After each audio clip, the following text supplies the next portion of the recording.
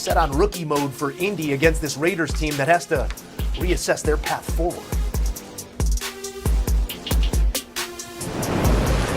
Back in studio to dive in here. This was a bounce-back moment for the Indianapolis Colts, something under Shane Steichen that they have not struggled with since 2024.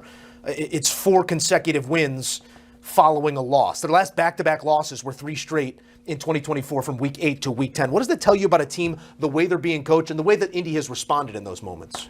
Their ability to not put forth 2 bad outings. That's what good teams usually do.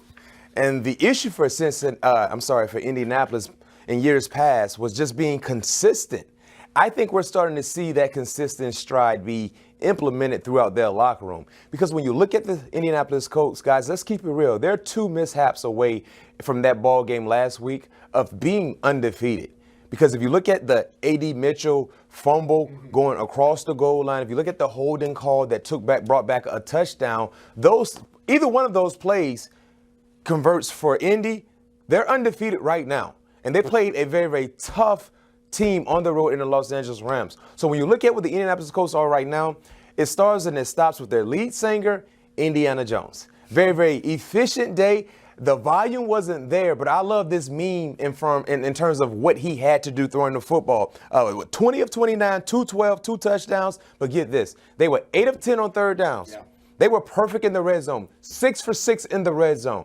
That's real efficient, clean football, not to mention JT, what he's done smoothly in a timely way in running the football. And also, they're getting him involved in the passing game. So this is a defense, I think when you look at their defense, Joe, they don't have some of the household names that we've grown accustomed to cheering for. But they got guys that understand their role, they embrace their role, and they make things happen today. You get 2 big-time interceptions on Geno Smith. To your point, Geno has 9 interceptions to go so far this season.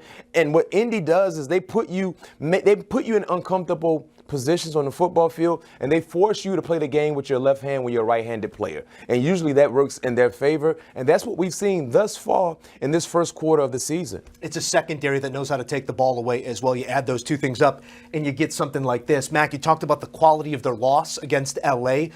Talk to me about the quality of their wins, because I'm looking at the Dolphins, I'm looking at the Broncos, I'm looking at the Titans, and now I'm looking at the Raiders. The Broncos obviously is going to be a tough out for anybody this season, but have you seen enough to open your heart to Indianapolis, this current version of them, as a real playoff contender in your eyes? I have.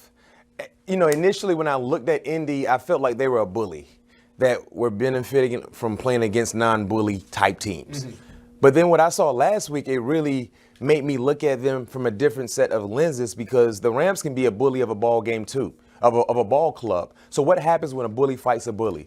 Usually the best bully prevails. What we saw last week, Indy I felt like they were the best bully, but just the mishaps led to them losing that ball game. So now when you go and you play against a team you should dominate, that's what good teams do. They don't play around with their food. And so far this season, you can like or love what they've done or hate it, but the teams they're supposed to dominate against, they have done that. And you have to appreciate that, because one thing that we're seeing within this new culture they're learning how to win. They're not learning how to make games dicey and interesting against teams they're not supposed to. They're taking them out in deep water and they're drowning them immediately. And that is a positive sign for a team that has playoff aspirations. And the last thing I say about the Colts, when you look at their division, it's still kind of wide open. The Texans are not the team that we thought they would be. There's still a lot of football left to be playing, but it seems like that window in terms of getting that crown in that division is wide open, even though the Jags are playing pretty good football. When you look at the efficiency from all the top 3 teams in that division, I think Indy has been the cleanest so far this season. Yeah, there is a clear leader in that clubhouse, Indianapolis, playing clean football, and it's led by their quarterback in Daniel Jones. We'll have to see more there, and we got more coming elsewhere throughout the hour. Your most 20-point wins in the first 5 games in Colts franchise history. And you think of this franchise, you think of the history, you think of the faces and the names, those that have executed in the past. Well, it's Daniel Jones's Colts with 3 blowout wins in the first 5. All right, we're coming down to the wire between the Eagles and the Broncos. 4 ticks remaining at Lombardi. Well, thanks a lot.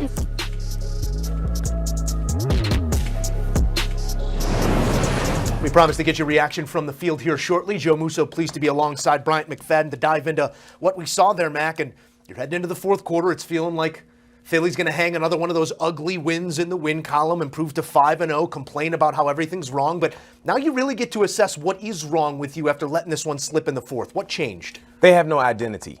And the thing about not having an identity, it's been that way for Philly the entire season, but they've been finding ways to win ball games considering all the ugly natures that have been tied to those said ball games. When you look at the first game, 4-point win against the Dallas Cowboys. The next week, 3-point win against Kansas City. The next week, 7-point win. And then, of course, last week, a 6-point win. They've been playing around with their food, like Joe mentioned.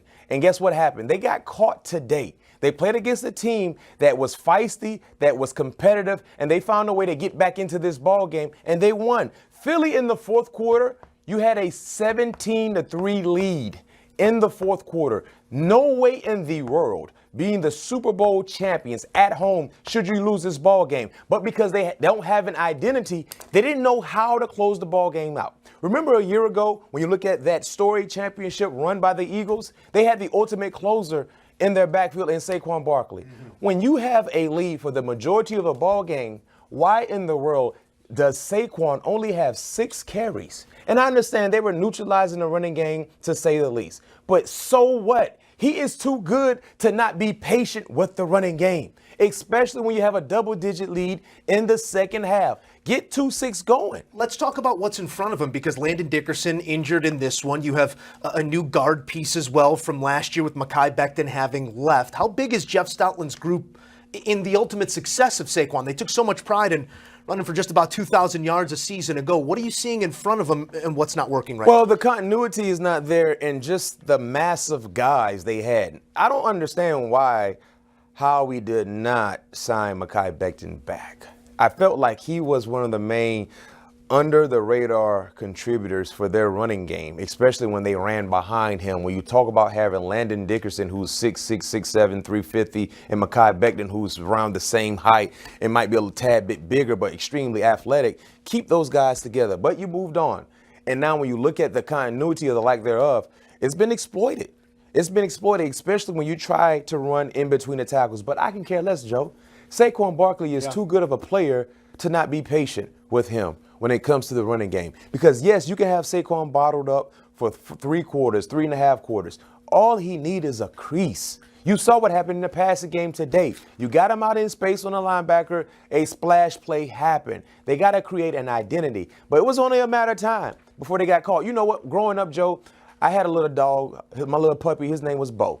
Right? And I was a little kid, of course, and I used to let Bo run out in the yard all the time. And my uncle used to say, hey, you better get that dog. He keep running back and forth across the street. I said, no, Bo's going to be okay. One day I was looking at He-Man, cartoon He-Man, right? And I heard Bo.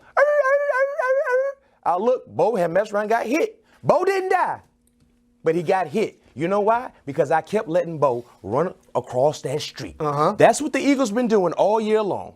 Running across the street, winning in ugly fashions, barely getting by, but still finding ways to win. In the National Football League, when you keep playing around and running across that street, eventually you will get hit. They got hit today. Let's see, as they rehab, what happens the next time they try to run across that street. Bo didn't die. He lived, but I learned my lesson. I appreciate that metaphor, life imitating art in this one. I'm glad you invoke Bo. Yeah. Thoughts with your Bo, but on this day, Bo Nix.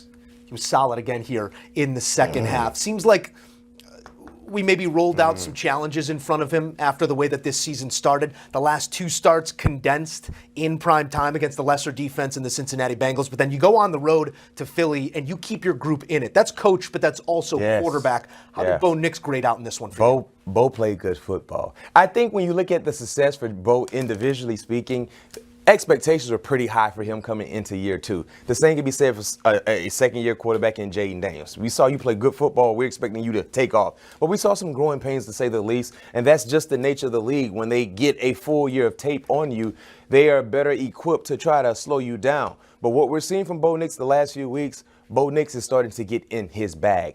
And also, the young leadership that he is showcasing for the organization, because when you look at them being down double digits in the second half You're playing against the Super Bowl champions. It's easy for a team with a young quarterback to kind of go in the tank and say, let's get ready for next week. They never looked at this game in that way. They felt like they can find a way to get back into the ball game, and Bo Nix was making things happen. And what about J.K. Dobbins? I don't know what it is about J.K. Dobbins, but teams just get the best out of J.K. Dobbins, and they just let him go. And guess what? He finds a new team, and he gives you great numbers. Once again, he was the catalyst of their running game, over 130 yards as a team on the ground, and he was the main guy that got things going. And their defense had 6 sacks on Jalen Hurts. 6 sacks. The Eagles were 2-11 on third down. So when you talk about the complementary football they have offensively and defensively, they made the playoffs last year. I think they got more than a strong fighting chance to make the playoffs this year based on how well they perform and just staying healthy, most importantly. 84 sacks by that rush group since the start of last season. That's 22 more than anybody else. Congrats to Bo. Congrats to the run game. The straw that stirs the drink in Denver is that pass rush group. Their success.